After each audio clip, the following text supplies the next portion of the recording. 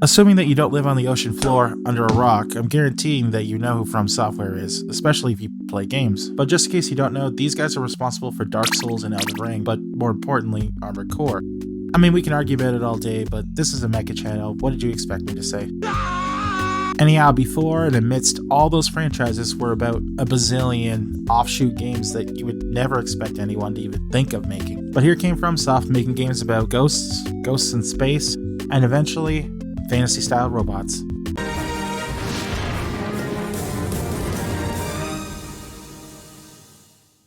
Frame Gride was destined to be a cult classic title. I mean, it was even released on the Dreamcast, which is just known for a ton of cult classic games. And while the idea of combining magic and robots isn't like completely obscure, it's still really odd and adventurous, especially considering this is not an action or RPG game, but instead a 1v1 brawler. So yes, FromSoftware once again continues its obsession with arena combat. This time there is no missions, it's straight up one-on-one arena matches. And yeah, it's a lot like Master of Arena here, only improved a little bit. Whereas Master of Arena was trying to take a single player experience and apply it to a multiplayer experience, this instead is built for multiplayer from the get-go. All of its parts and frame variations were clearly made just to give players options rather than having stats which completely conquer each other. So cheaping your way through the game with a laser rifle is just not an option here.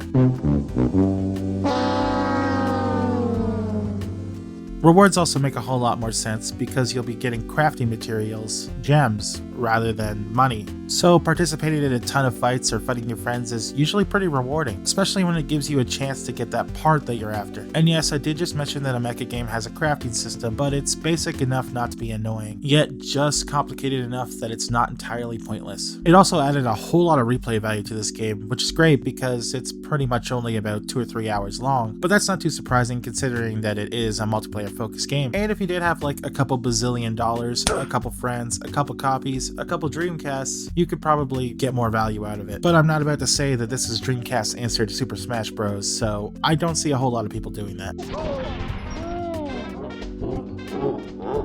Now when it comes to a mecha game developed by FromSoft, the customization is pretty much important, if not the most important thing, because I've seen people play through really bad Armored Core games and like them strictly for that customization aspect. Luckily Frame Gride does not disappoint, and it kind of outshines all the Armored Core games that came before it. In fact, I'd go so far to say that when stacked next to the earlier Armored Core games, this game's got more interesting parts. Removing the whole industrial, mass manufactured feel from the Armored Core games, you get this whole stylized look with everything. You are, after all, a knight, and everything's supposed to be done with a lot of flair, energy, and style. So you can make a frame that looks pretty awesome without sacrificing functionality, or experiment with different parts to your heart's content without getting ganked. There's even a huge selection of companions here for you to craft, all representing different attack styles and elements. So if you want to enter a battle with what is essentially a bunch of auto turrets, you can, but don't get too cocky, these guys can be destroyed entirely.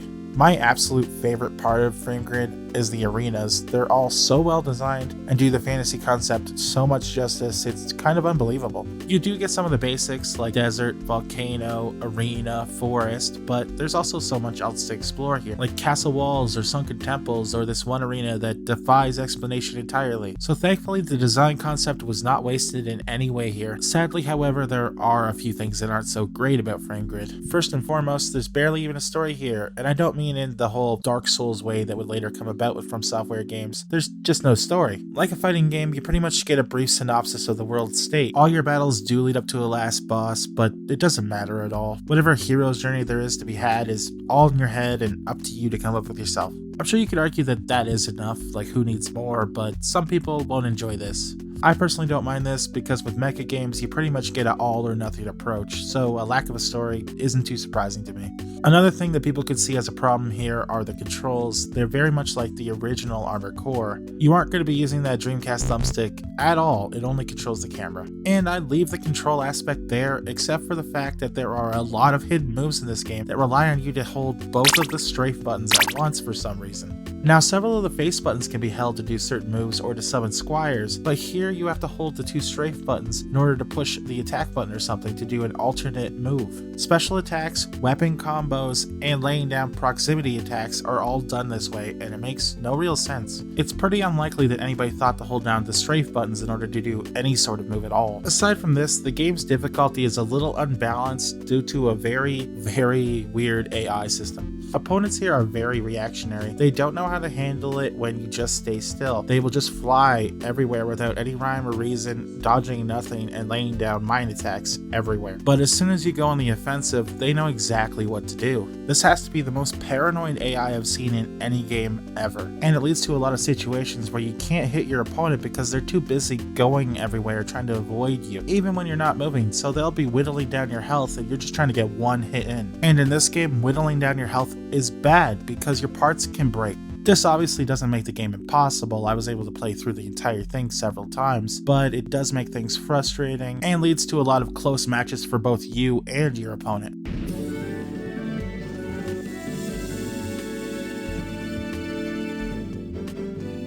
As I said at the start of this review, Frame Gride was pretty much destined to be a cult classic.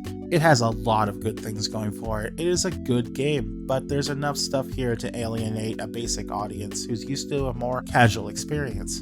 And it certainly will frustrate even people used to these 3D brawlers that are out there. It's just very hard to get into. But it is very good when you get into it. It's a lot like Armored Core, but far more arcadey. It's almost like the original Virtual On in some aspects, only with a whole lot more options and a lot less cheesy. Now, if you're someone who's watched this channel before, or you like mecha games, you're likely used to this sort of thing, and you'll enjoy it. You will have to go out of your way to patch this, no matter how you play it, so do keep that in mind. But that's fairly simple to do. Honestly, there's not enough here for it to be alienating if you do decide to play it in its original Japanese language, so don't worry if you don't need to. It's at least worth checking it out for the mecha and fantasy concept alone. And hey, if you do like it, why not leave a like and subscribe?